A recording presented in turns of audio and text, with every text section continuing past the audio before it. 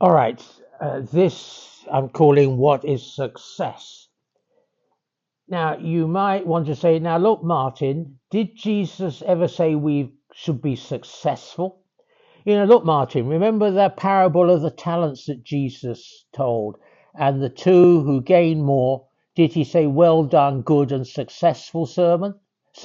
No, he said, well done, good and faithful servant. And then the Apostle Paul in 1 Corinthians 4, he said it is required of those who have been given a trust to prove successful, no, to prove faithful. So maybe it's better to call it what is an effective missionary.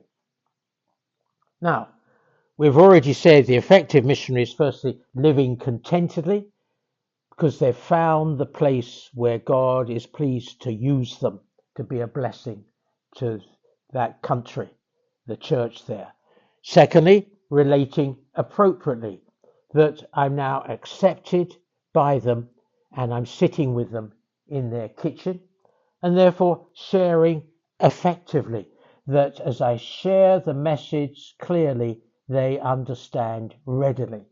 And then fourthly, growing spiritually, maintaining a close walk with the Lord. Living contentedly, relating appropriately, sharing effectively, growing spiritually. So let's look at, therefore, aspects. What are some of the aspects of effectiveness? Firstly, living contentedly. You don't want to leave. My wife and I, we got to age 65. We were having a wonderful time in Taiwan. God was pleased to use us to be a blessing to the church in Taiwan. And we looked at the weather forecast in England. And so we stayed on for another couple of years and only had to come home because of things in England we had to come back to. Living contentedly. You don't want to leave. Relating appropriately. They don't want you to leave. I remember when we told some of our Taiwanese Christian brothers and sisters that we were going to leave Taiwan, retire to the UK. One pastor who we'd known him for years, ever since he was a student at university, pastor came round and said, now listen here, he said, if you go back to England, you can do 1, 2, 3 things. If you stay in Taiwan, you can do 1, 2, 3, 4, 5 things. So stay in Taiwan. Unfortunately, we didn't listen to him. Also, sharing effectively. This is key. What continues after you leave? My wife, her ministry was to students in Taiwan, leading them to the Lord, discipling them, and she did that for over 30 years. And today, in many churches in Taiwan, are the students whom she led to the Lord and discipled, who are now leaders in the church they attend in Taiwan. What continues after you leave? That's important. And finally, growing spiritually, maintaining a close walk with the Lord, keeping fresh. Unfortunately, there are many missionaries who started well but didn't finish well because they burnt out. So let's move on and think about, well, is there anything else? And so let's look at some factors that aid effectiveness. And I think certainly two main areas: Christ-like qualities are attractive, and mentoring relationships help us stay on the right track. Let's first think of Christ-like qualities. Now, why are these important? Because if we possess Christ-like qualities that are attractive, we're more likely to be accepted by the local people, more likely to be invited into their kitchen, and more likely that they'll be open to what we want to share with them. Why? Because we're now friends. And here is a list of qualities. Let's go through them very quickly. Empathy, flexibility, patience, teachable, sociability, listening ability, positive self-image, realistic expectations, self-disciplined, perseverance, communication skills, encourager, interest in the local culture, cross-cultural sensitivity, tolerance of ambiguity, which is saying don't judge things too quickly. Now, these qualities don't necessarily guarantee effectiveness, But if you have them in abundance, you're more likely to succeed. And so what I'm going to suggest you do is that you stop the video and you choose out 5 that you think are key qualities and pray that God would help you grow more mature in these qualities as you grow as a Christian. Christ-like qualities, but also the need to avoid burnout. I remember there was this key missionary in a city in China. He was so key that he got missionaries from different organizations working well together. And suddenly an email came from him saying, "Sorry guys, I burnt out.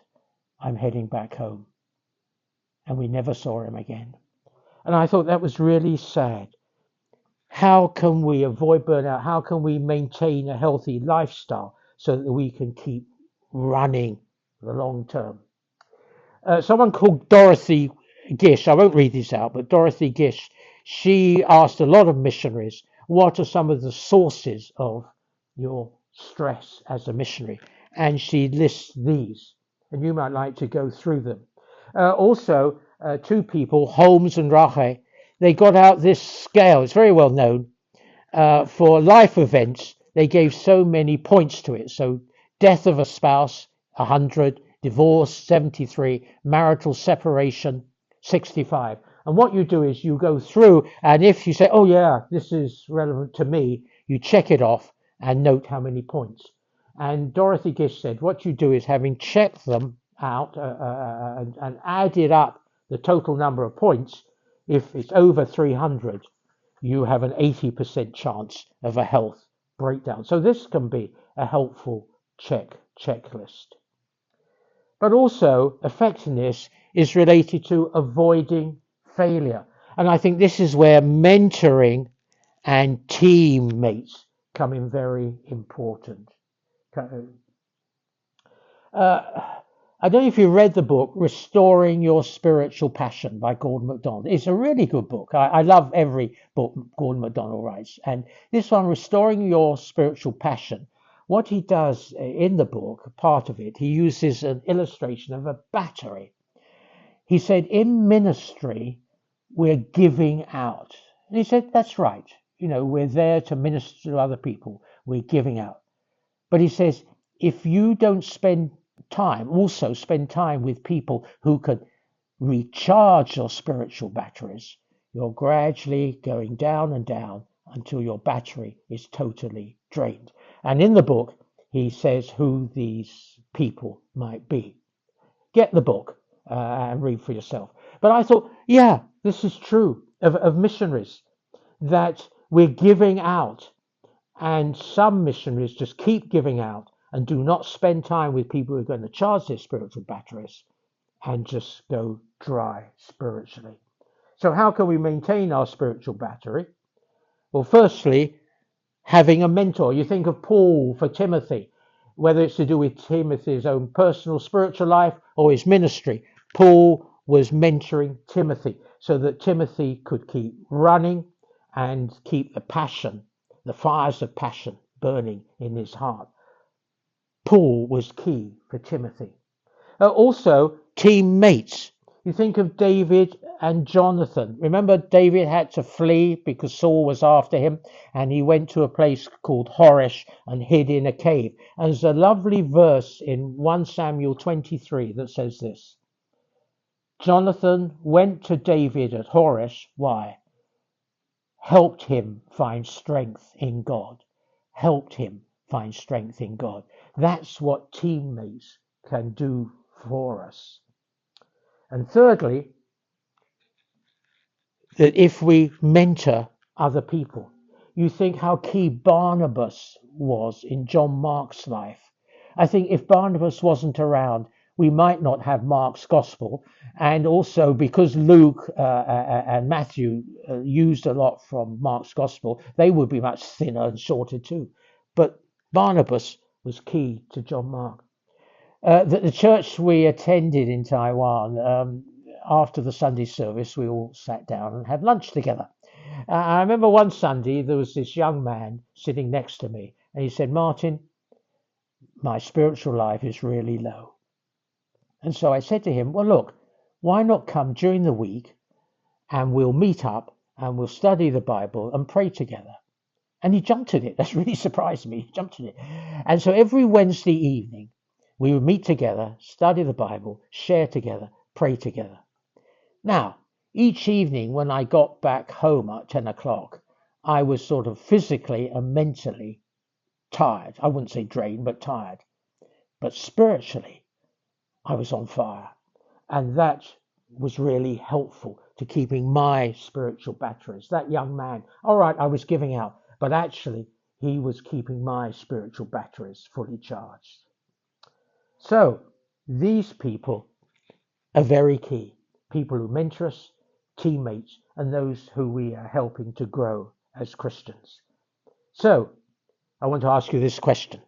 The missionary, is it a life to be lived or a job to be done? Which one do you think it is? Well, it's not just one. It's both a life to be lived and a job to be done.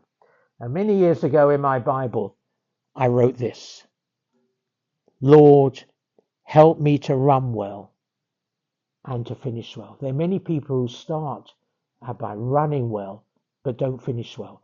And in my Bible, I wrote this: Lord, help me to run well and to finish well. That please, that God could use me for my whole life. Thank you for listening.